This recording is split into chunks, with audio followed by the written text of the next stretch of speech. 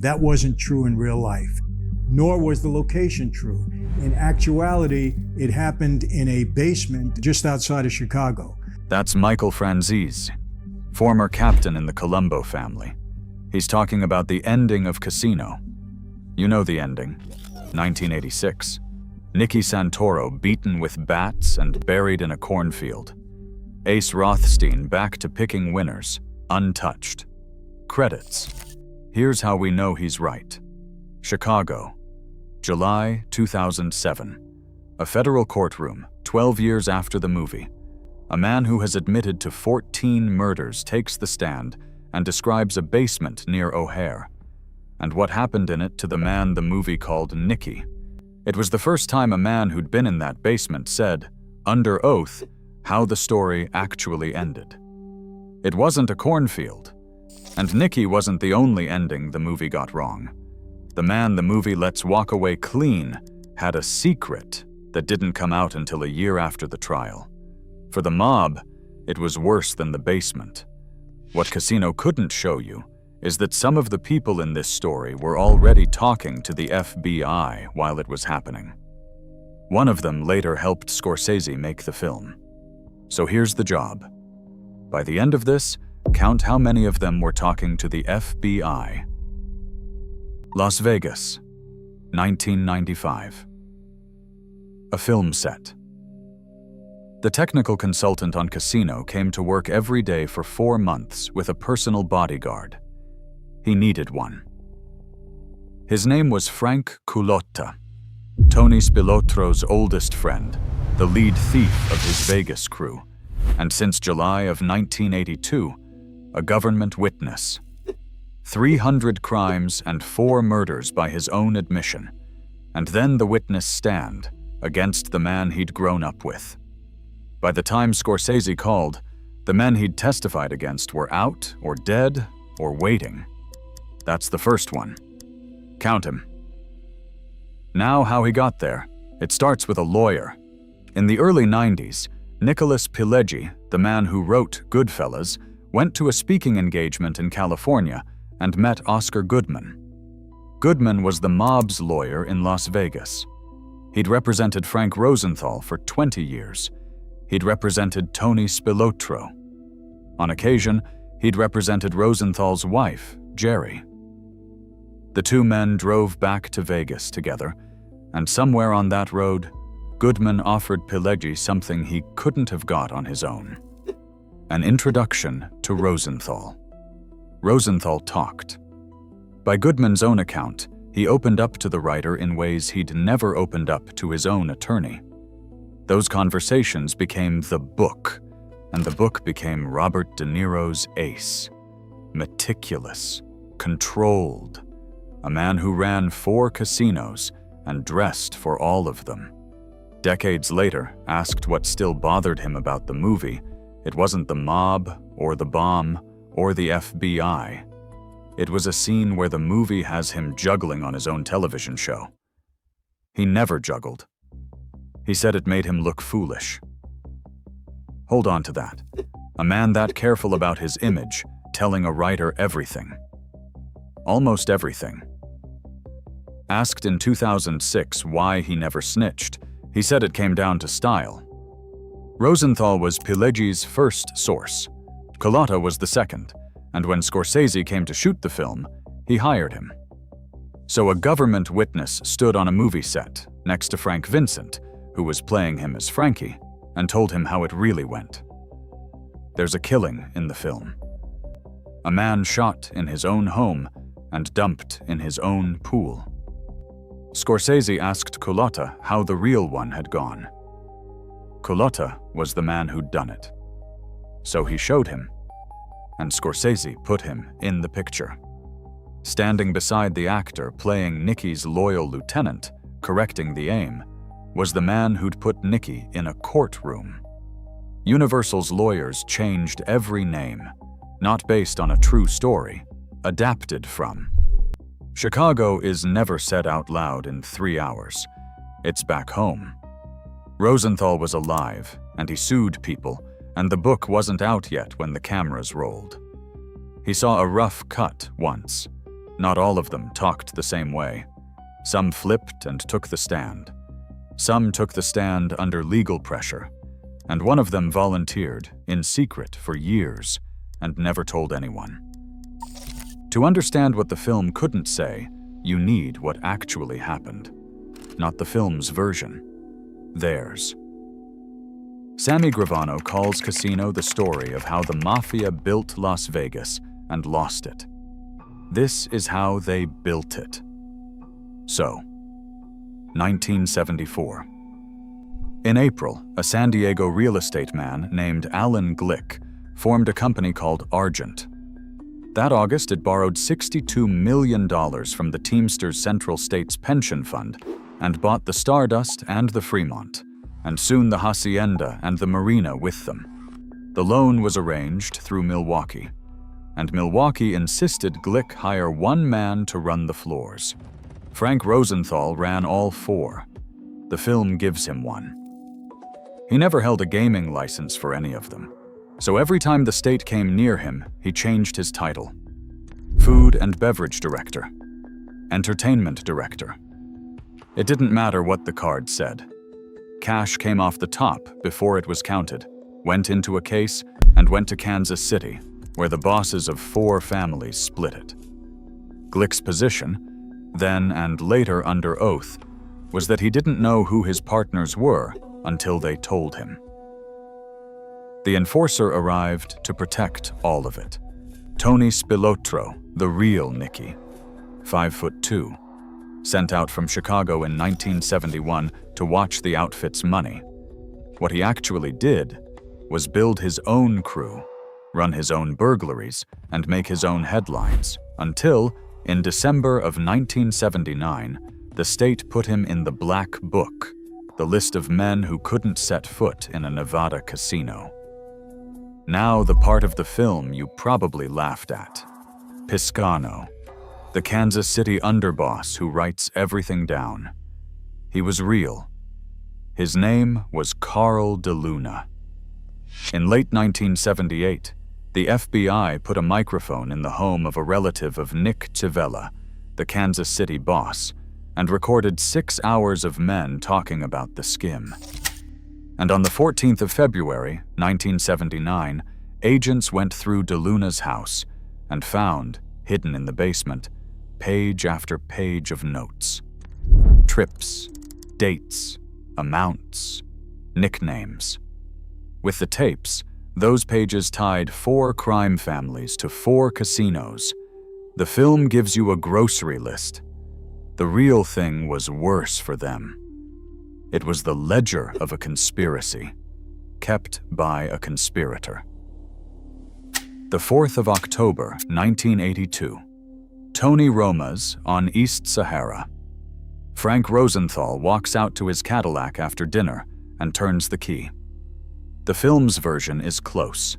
The blast, the fire, the metal plate under the driver's seat that most accounts credit with his life. He walked away. Nobody has ever been charged. Hold that question. Who put it there is going to matter later, for a reason nobody had in 1982.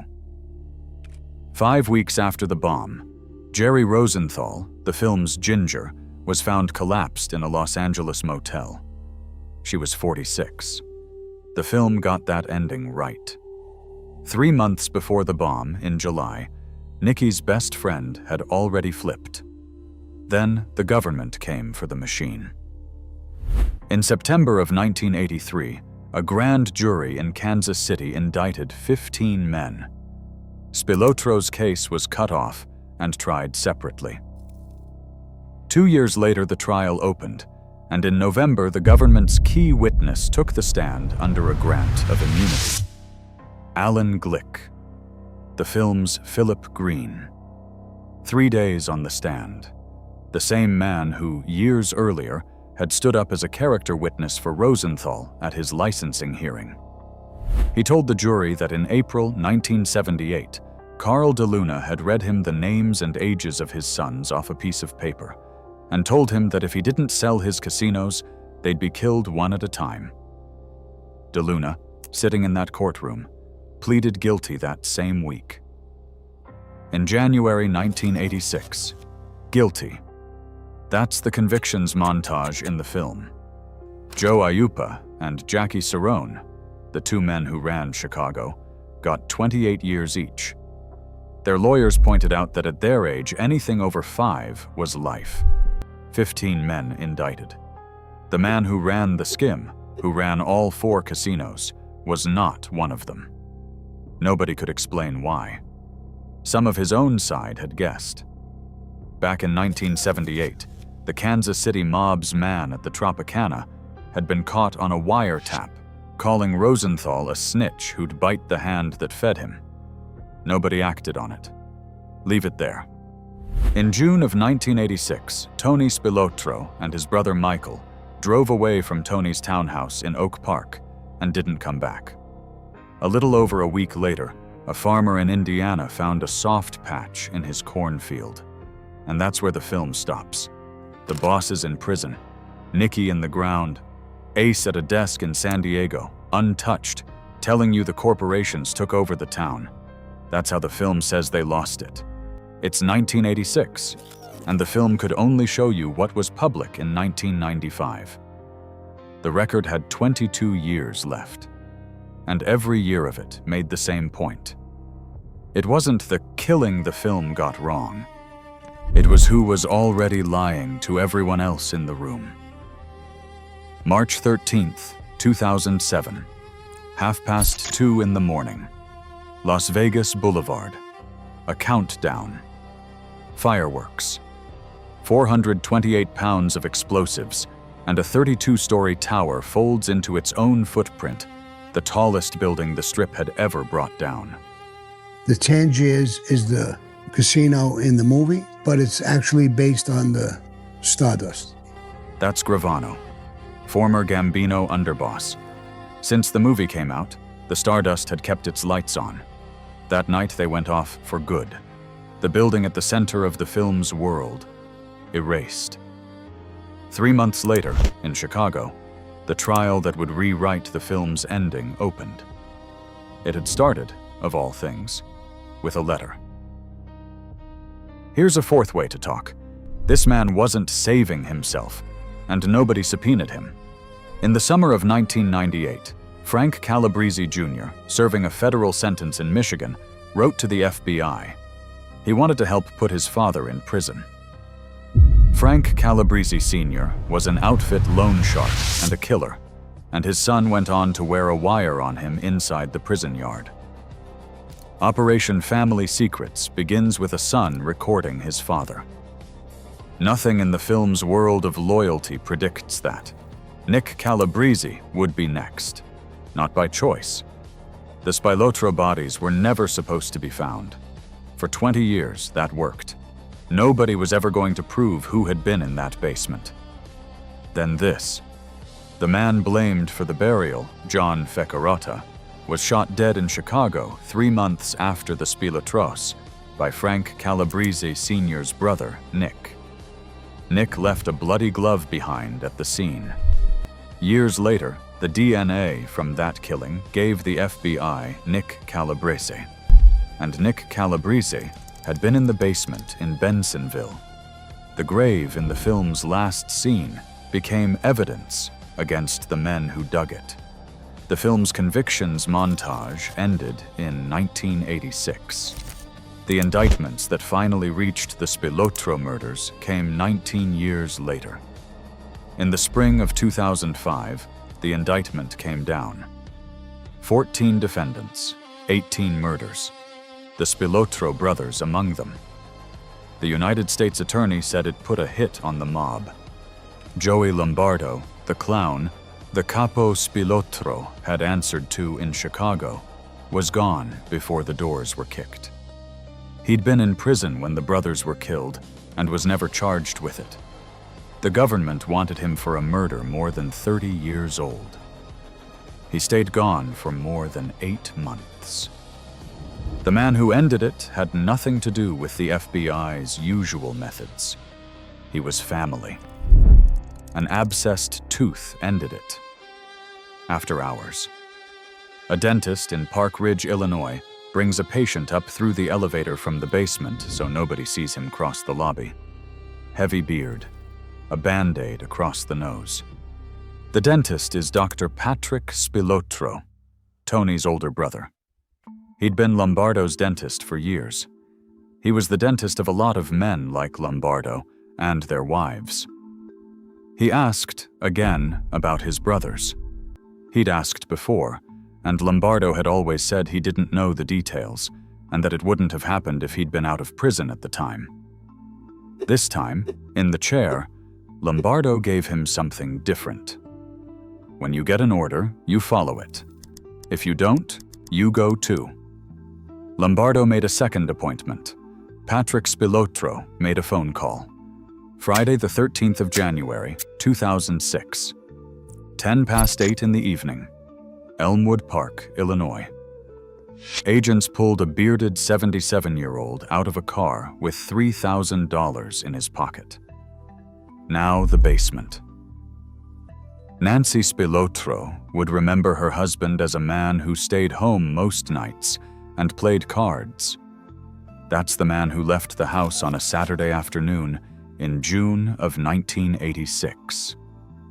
In July 2007, Nick Calabrese took the stand.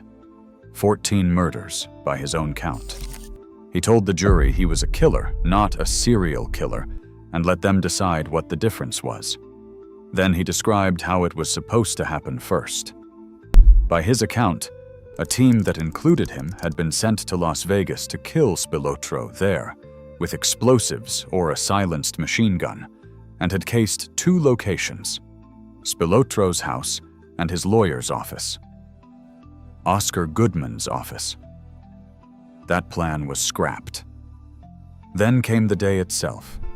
Tony had been told he was being promoted to captain. Michael had been told he was being made. That was the lure. It wasn't prophecy, and it wasn't new.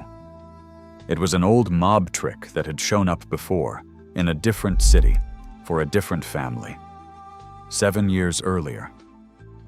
And Joe Pesci happened to play the victim both times. Jimmy Marcello drove them. A house in a subdivision in Bensonville, near the airport. A dozen or so men waiting in the basement. How many exactly depends on which reporter you read. Michael Spilotro had a small .22 caliber pistol in his pocket and never got to it. Nick Calabrese greeted him as he came down the stairs. "Hi, Mike. How you doing?" Then he tackled him and held his legs while another man strangled him with a rope. No baseball bats. The pathologist told the jury the brothers were beaten with fists and knees and feet, and that they were dead before anyone put them in the ground. Tony came down the stairs behind his brother and understood. Nick Calabrese had his back to him. All he heard, he said, was Tony asking a question. "Can I say a prayer?" He didn't hear anything after that. Under cross-examination, he couldn't say who actually killed Tony Spilotro. He was busy killing Michael. 21 years after it happened, the first eyewitness account of the most famous killing of the mob's Las Vegas era ended with the witness admitting he didn't see it. That's the record. It doesn't finish the story. It only corrects it. In September 2007, the jury convicted, then went through the murders one by one and held Jimmy Marcello, the man who drove them there, responsible for the Spilotro brothers. Life. Lombardo life. And the man investigators believed was actually running the outfit, John DeFronzo, was looked at for the Spilotro murders and never charged. He died at home in 2018. 89. That's the film's first ending, rewritten. You still don't know who Ace was. But here's something you can't do with Donnie Brasco or The Godfather.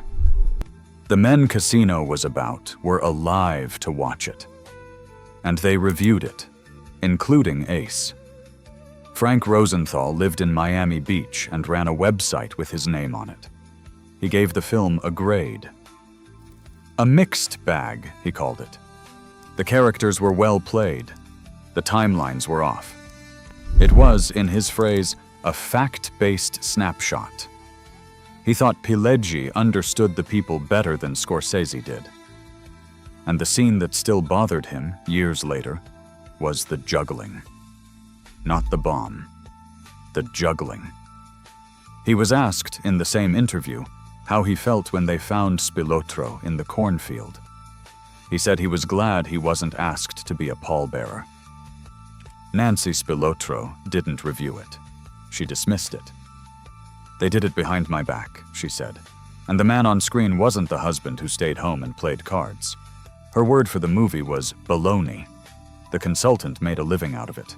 Culotta ran tours of the crime scenes for tourists. He wrote 2 books, the second one naming the killers in murders the police still list as unsolved. He put himself on YouTube. He turned the 4 murders he'd admitted to into a career, and Oscar Goodman, by then the mayor, ridiculed him for it in public. He died in Las Vegas in August 2020 at 81, having outlived almost every man he'd testified against and every man who'd wanted him dead for it. And the lawyer played himself, Oscar Goodman, on screen, as Oscar Goodman. In June of 1999, the city of Las Vegas elected him mayor. Franzese has a story about Goodman.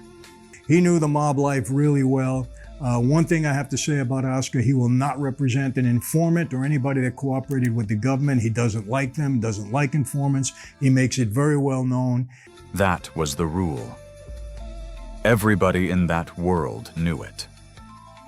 Gravano, reviewing the ending, had his own explanation for the one man who walked out of the story alive. The same thing with Ace.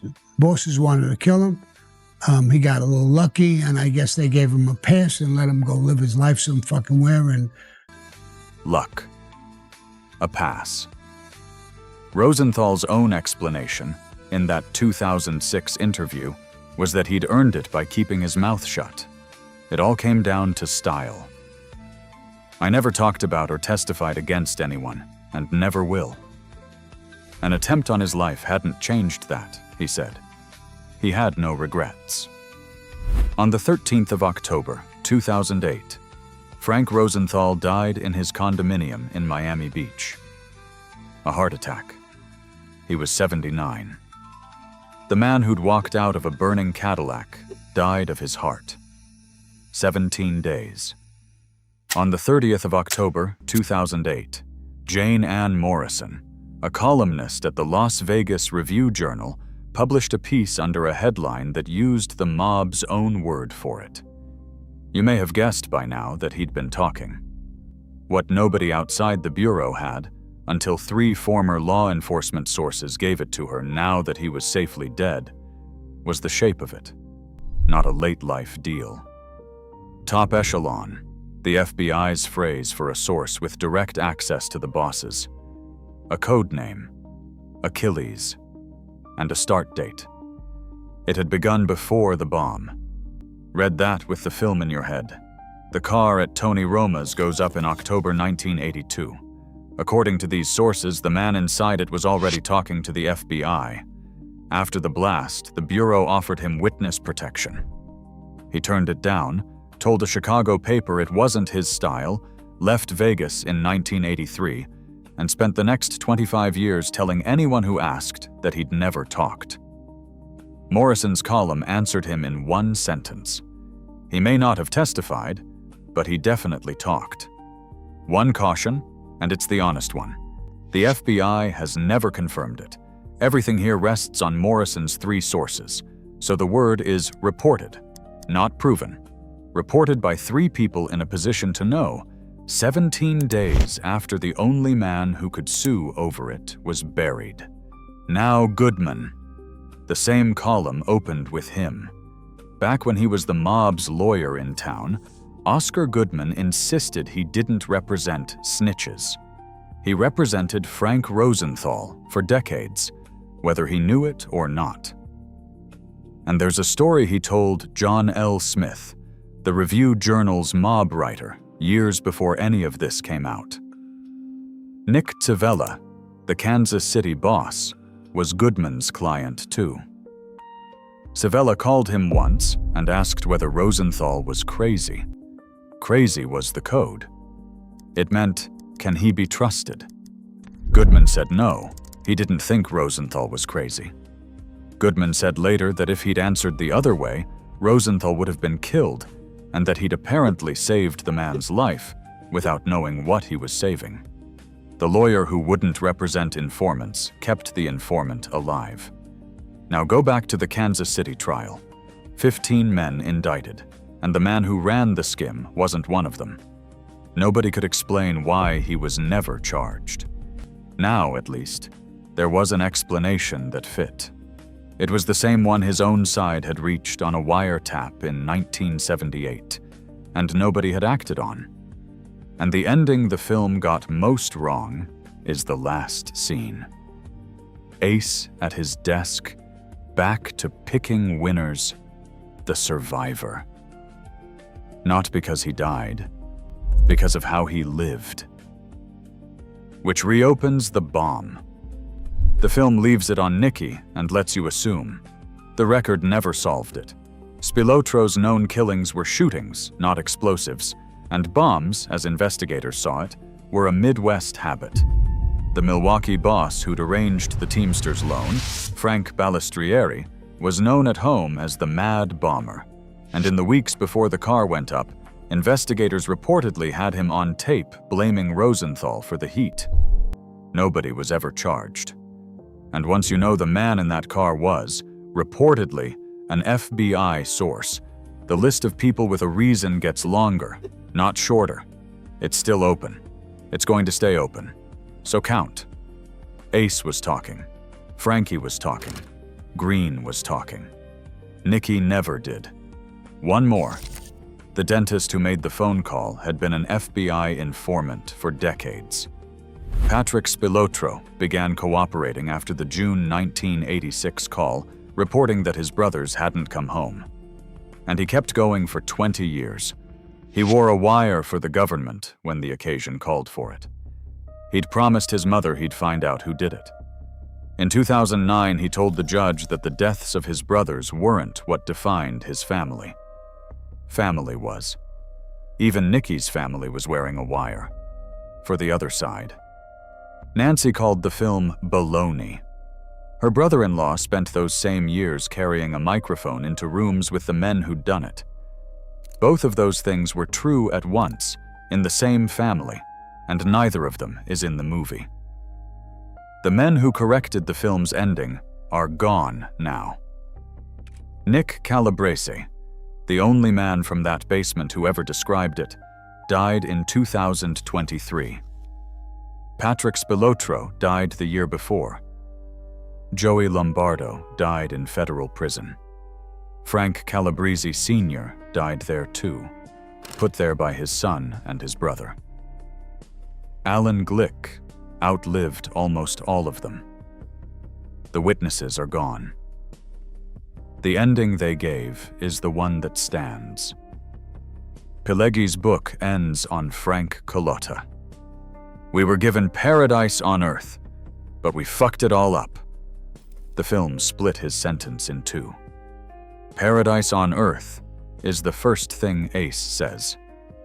It should have been so sweet is the last thing Nicky says. The man whose words open and close the movie was one of the men who threw it away.